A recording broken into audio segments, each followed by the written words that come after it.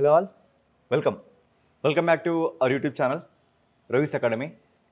మీలో ఎవరైనా ఇదే మొదటిసారిగా నా క్లాసెస్ చూడడం అయితే ఖచ్చితంగా సబ్స్క్రైబ్ చేయండి, లైక్ ఇవ్వండి అండ్ మీ ఫ్రెండ్స్కి కూడా షేర్ చేయండి.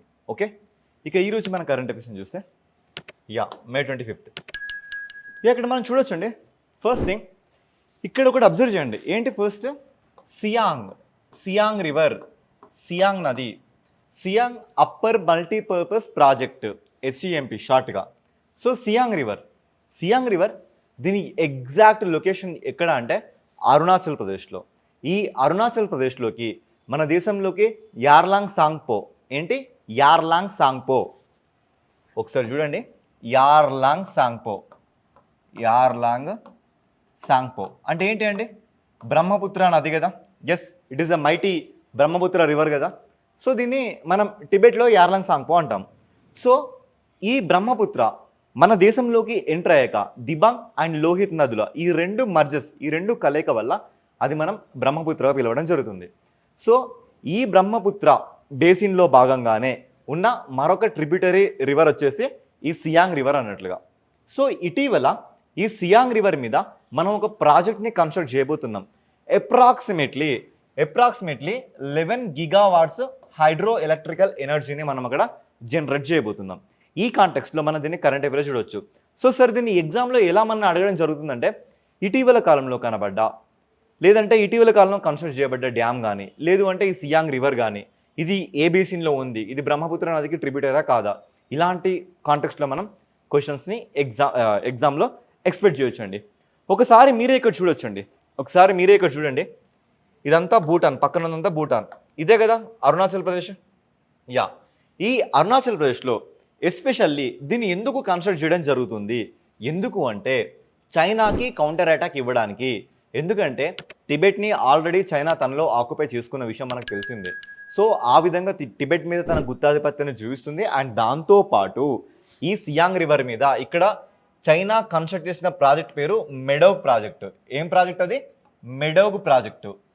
సో ఈ మెడోగ్ ప్రాజెక్ట్ వల్ల ఎప్పుడైనా ఇక్కడ వాటర్ ఫ్లో అనేది హెవీగా జరిగితే మన అరుణాచల్ ప్రదేశ్కి ఫ్లడ్స్ అనేటివి చాలా ఎక్కువగా రావడం జరుగుతుంది. సో అది ఏ కాంటెక్స్లో చూసినా మన దేశానికి అది చాలా ప్రమాదం అండ్ ఒక న్యాచురల్ కలామిటీ లాగా అది మారబోతుంది. సో ఈ కాంటెక్స్ట్లో అక్కడున్న గవర్నమెంట్ సీఎం పేమా ఖండు ఏమని చెప్తున్నారంటే, సో మనం ఇక్కడ ఈ సియాంగ్ రివర్ మీద ఒక బరాజ్ని, ఒక డ్యామ్ కన్స్ట్రక్షన్ని మనం నిర్మించామనుకో, అది చైనాకి కౌంటర్ అటాక్గా ఉంటుంది అండ్ మన రాష్ట్ర ప్రజల్ని మనం కాపాడుకున్నట్లుగా, మన బయోడైవర్సిటీ మనం కాపాడుకున్నట్లుగా ఉంటుంది అని మొత్తానికైతే ఈ రకంగా ఇది వార్తలు నిలవడం జరిగింది. అయితే ఈ కాంటెక్స్లో అక్కడ ఉన్న ప్రజలు ఏమంటున్నారంటే, జనరల్గా ఏదైనా డ్యామ్ కన్స్ట్రక్ట్ చేస్తే చాలామంది ఏమంటారండి, అక్కడ నుంచి ఎవాక్యుయేట్ అయిపోయి వెళ్ళిపోవాలి కదా. చాలామంది నిర్వాసితులుగా మారిపోతారు. వాళ్ళందరికీ మళ్ళీ మనం రీహాబ్ సెంటర్స్ని మళ్ళీ క్రియేట్ చేయాలి. సో ఇక్కడున్న ప్రజలందరూ దాదాపు ఒక 27 విలేజెస్ వరకు మేము వెళ్ళలేము, మా ఊళ్ళన్నీ మా ఇళ్ళన్నీ పోతాయని గవర్నమెంట్కి వ్యతిరేకంగా ప్రొటెస్ట్ చేయడం జరుగుతుంది. సో ఈ ఎంటైర్ కాంటెక్స్ట్లో మనకు అర్థమవుతుంది ఏంటంటే ఈ సియాంగ్ రివర్ మీద ఒక డ్యామ్ని కన్స్ట్రక్ట్ చేయబోతున్నారు. ఇది ఎక్కడ ఉంది? ఇది మనకి అరుణాచల్ ప్రదేశ్లో ఉంది. ఇక్కడ చూడొచ్చండి. ఇదంతా మనకు కనబడంతా అరుణాచల్ ప్రదేశ్ కదా. ఈ లేటర్ ఇదంతా ఏంటి? మనకి అస్సామే కదా. సో ఇక్కడండి ఇదంతా బ్రహ్మపుత్ర రివర్. ఈ ప్లేస్లో మనం దేన్ని కన్స్ట్రక్ట్ చేస్తున్నాం? సియాంగ్ రివర్ మీద ఒక డ్యామ్ని కన్స్ట్రక్ట్ చేయడం జరుగుతుంది. ఇది దీని అందరికీ సంబంధించిన ఇన్ఫర్మేషన్ అండి. సో ఇక్కడ మనం చూడొచ్చు ఏంటి, counteract the risk posed by the China's Medog dam.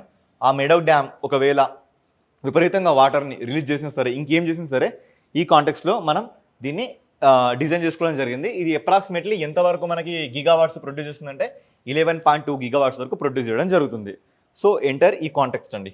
Okay, ఇదంతా తెలుగు స్క్రిప్ట్. ఓకే, చూడండి, మేము ఇంగ్లీష్లో అండ్ తెలుగులో కొంతమంది కామెంట్ బాక్స్లో సజెస్ట్ చేయడం జరిగింది, సార్ ఇంగ్లీష్లో కాదు మాకు తెలుగులో కూడా ఇవ్వండి, తెలుగు మీడియం అభ్యర్థిని చూసుకొని కూడా. అంటే ఎస్, మేము ఇప్పటి నుంచి ప్రతి టాపిక్ని తెలుగు అండ్ ఇంగ్లీష్లో ఇస్తాం. టెలిగ్రామ్లో ఈ పీడిఎఫ్లు అవైలబుల్గా ఉంటాయి. మీరు అక్కడికి వెళ్ళి డౌన్లోడ్ చేసుకొని చూసి నోట్స్ చేసుకోండి. ఓకేనా? ఎస్. ఓకే, నెక్స్ట్ చూడండి. ఇదేంటి? KRCL, Konkan railway corporation limited. ఇది ఎప్పుడు ఏర్పడింది సార్? ఇది 1990లో ఏర్పడింది. ఇది ఎప్పటి నుంచి యాక్టివ్ మోడ్లోకి వచ్చింది సార్? 1998లో రిపబ్లిక్ డే జనవరి 26 నాడు ఇది యాక్టివ్లోకి రావడం జరిగింది. సార్ ఏంటి సార్ ఇది కొంకన్ రిపబ్లిక్ కార్పొరేషన్ లిమిటెడ్ అంటే? అంటే ఇప్పుడు మన ఇండియన్ రైల్వేస్ ఉన్నాయి కదా, ఈ ఇండియన్ రైల్వేస్కి అఫిలియేటెడ్గా అంటే అనుబంధ సంస్థగా ఏర్పడిందే ఈ కొంకన్ రైల్వే కార్పొరేషన్ లిమిటెడ్. దీని గురించి చెప్పాలి అంటే ఒకసారి మీరు చూడొచ్చు ఇక్కడ. ఎస్, ఈ కొంకన్ రైల్వే ఏంటి అంటే ఇక్కడ మనకి బాంబే కనబడుతుంది కదా, ఎస్ ఇది బాంబే. ఆ తర్వాత ఇక్కడ మనకి మంగళూరు కనబడుతుంది కదా, ఎస్ ఇది మంగళూరు.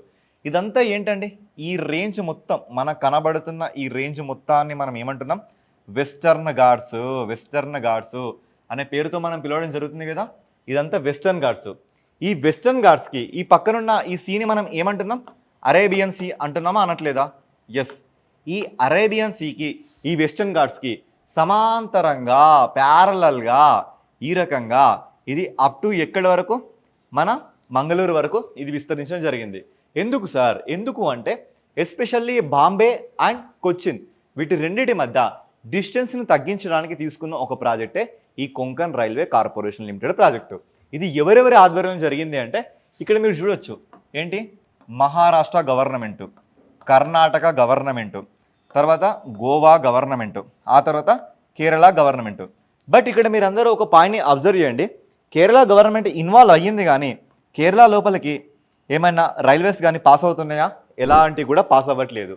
అండ్ ఇక్కడ మనం చూడొచ్చు ఇదంతా వెస్టర్న్ ఘాట్స్ ఎంత చాలా డేంజరస్ టెరెస్ట్రియల్ ఏరియా అన్నట్లు. అది అంటే మొత్తం కొండలండి, ఎగుడు దిగుడుగా, లేదు అంటే వాటర్ ఫాల్స్ కానీ విపరీతమైన నదులు కానీ ఈ అన్ని ఫార్మాట్లలో దీన్ని రకరకాలుగా కన్స్ట్రక్ట్ చేయడం జరిగింది. ఇక్కడ మీరు చూడొచ్చు ఇది ఒక టన్నెల్ అండి. ఇక్కడ మీరు చూడొచ్చు, మీకు కనబడుతున్నాయి కదా వెస్టర్న్ ఘాట్స్ ఎంత చాలా డెన్స్గా ఈ కొండలు మనకి ఉండడం జరుగుతుందో.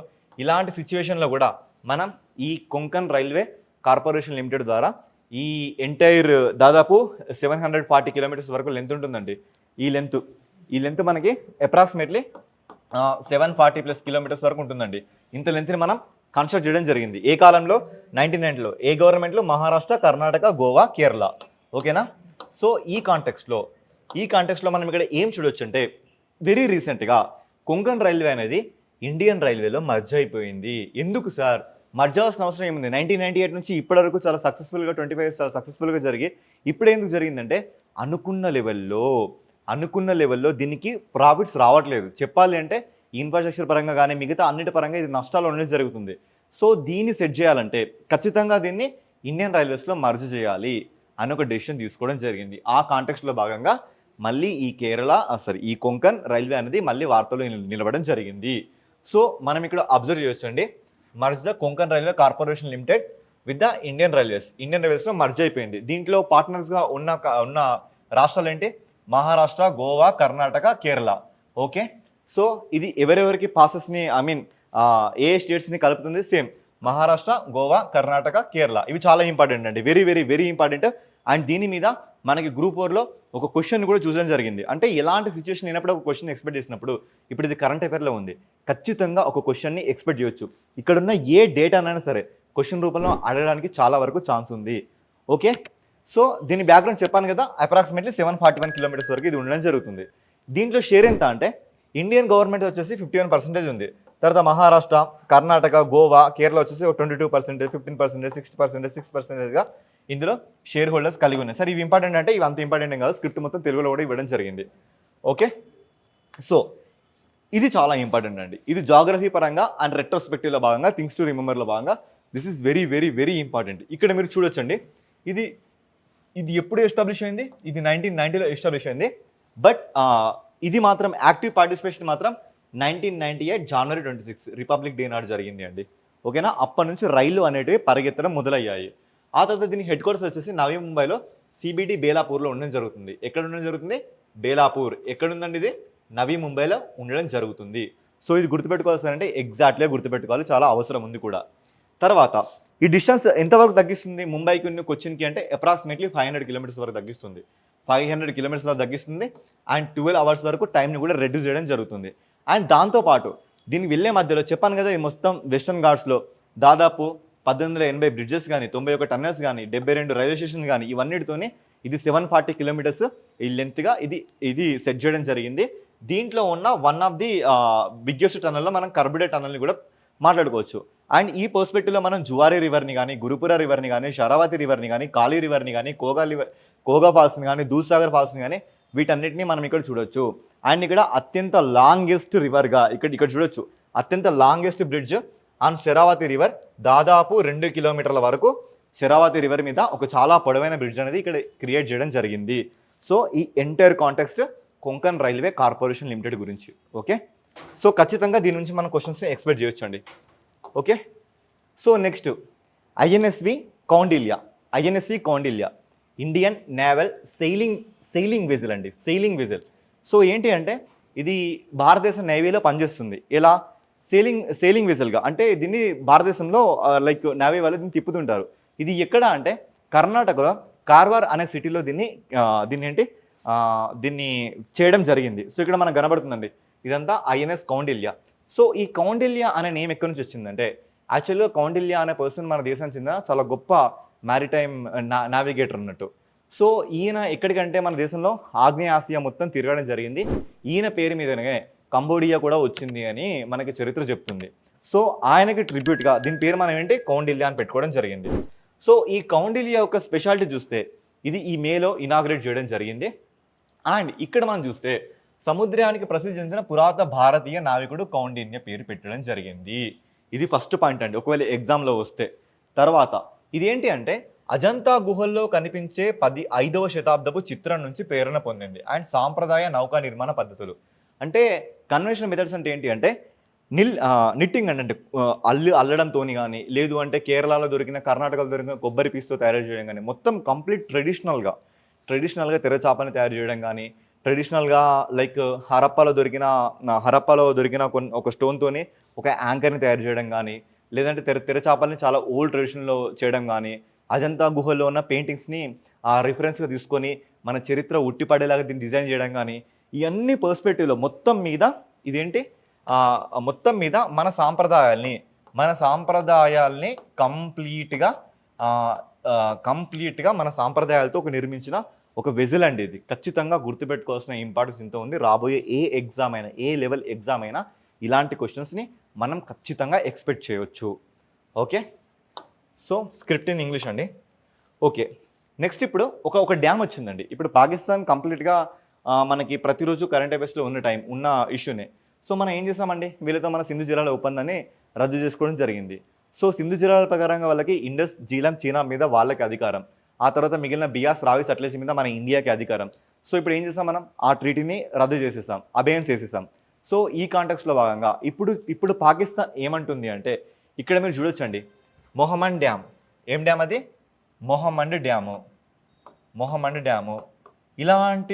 ఇలాంటి థింగ్స్ డైరెక్ట్గా మన ఎగ్జామ్లో అడగడానికి ఛాన్స్ ఉందండి. ఏంటి అంటే ఇది కంప్లీట్గా జాగ్రఫీ పర్స్పెక్టివ్లో ఏంటి అంటే ఇటీవలి కాలంలో మనం చూసిన మొహమ్మద్ డ్యామ్ ఏ దేశంలో లొకేట్ అయ్యి ఉంది, లేదా దానికి ఎవరు సహాయ సహకారాలు అందించారు, ఇలాంటి కాంటెక్స్లో మన క్వశ్చన్స్ పడతాయి. యాక్చువల్గా ఇప్పుడు ఏంటి అంటే మన సింధు నదిని ఏ టైంలో సరే మనం స్టాప్ చేసే ఛాన్సెస్ ఎక్కువగా ఉన్నాయి. దానివల్ల వాళ్ళకి ఏం జరుగుతుంది, న్యాచురల్ కలామిటీస్ కింద వాళ్ళకి కరువులే కానీ ఇంకేమైనా కానీ రావచ్చు. సో ఈ కాంటెక్స్ట్లో పాకిస్తాన్ తనను తాను సెల్ఫ్ రిలయన్స్గా మార్చుకోవడానికి ఈ డ్యామ్ని ఎట్టి పరిస్థితుల్లోపు ఈ సంవత్సరం ఎండింగ్ లోపల కన్స్ట్రక్ట్ చేయాలనుకుంటుంది. యాక్చువల్గా దీన్ని కమెంట్స్ ఎప్పుడు చేశారంటే 2019లో చేయడం జరుగుతుంది. ఇక్కడ మీకు కనిపిస్తుంది కదా, ఎస్ ఇక్కడ ఈ స్వాత్ నది మీద ఈ రేంజ్లో ఈ డ్యామ్ని కన్స్ట్రక్ట్ చేయడం జరుగుతుంది.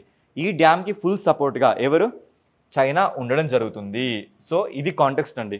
చెప్పాలి అంటే క్వశ్చన్స్ని మనం ఎట్లా ఎక్స్పెక్ట్ చేయొచ్చు అంటే చైనా సహాయ సహకారాలు అందిస్తుందా, లేదంటే మొహమ్మద్ డ్యామ్ లొకేషన్ ఎక్కడ ఉంది, ఈ లెవెల్లో మనం దీన్ని ఎక్స్పెక్ట్ చేయొచ్చు. ఓకే, సో నెక్స్ట్ ఇక్కడ మనం ఎవరిని చూడొచ్చు అంటే అమర్దీప్ సింగ్ భాటియా. ఈయన ఎవరు అంటే DPIIT అంటే మన దేశంలో department promotion of industry internal trade ఒకటి ఉంటుంది కదండి. ఎవరి కింద? కన్స్యూమర్ మినిస్ట్రీ కింద. Consumer ministry president concern minister ఎవరున్నారు? పీయూష్ గోయల్ గారు కదా. ఆయన కింద ఈ department promotion of industry internal trade ఉంటుందండి. దీనికి కార్యదర్శి ఇక్కడ మనం చూడొచ్చండి అమర్దీప్ సింగ్ భాటియా ఈయన ఉండడం జరుగుతుంది. సో ఈసారి ఏంటంటే APO డైరెక్టర్గా ఇండియా తరఫున ఈయన ఉండడం జరిగింది. ఫస్ట్ ఆఫ్ ఆల్ మనం APO అంటే ఇక్కడ ఏంటి, ఏషియన్ ప్రొడక్టివిటీ ఆర్గనైజేషన్ 2025-26కి ఈసారి చైర్మన్షిప్గా ఇండియా ఉండడం జరిగింది. ఇండియా తరఫున రిప్రజెంటేటివ్గా మన అమర్దీప్ సింగ్ భాటియా ఉండడం జరిగింది. ఈ కాంటెక్స్ట్లో ఇప్పుడు ఏంటి ఇక్కడ మనం చూస్తున్న ఈ ఏషియన్ ప్రొడక్టివిటీ ఆర్గనైజేషన్ అనేది ఇంకొకటి లైమ్ లైట్లోకి రావడం జరిగింది. సో ఫస్ట్ ఆఫ్ ఆల్ మనందరికీ అర్థం కావాల్సింది ఏంటి, ఆ ఏపీఓ అంటే అర్థం ఏంటి. సో ఇప్పుడు సింపుల్గా చూడొచ్చండి బ్యాక్గ్రౌండ్ ఆఫ్ ఏపీఓ. సో ఇది ఏంటి అంటే 1961లో ఏర్పడింది.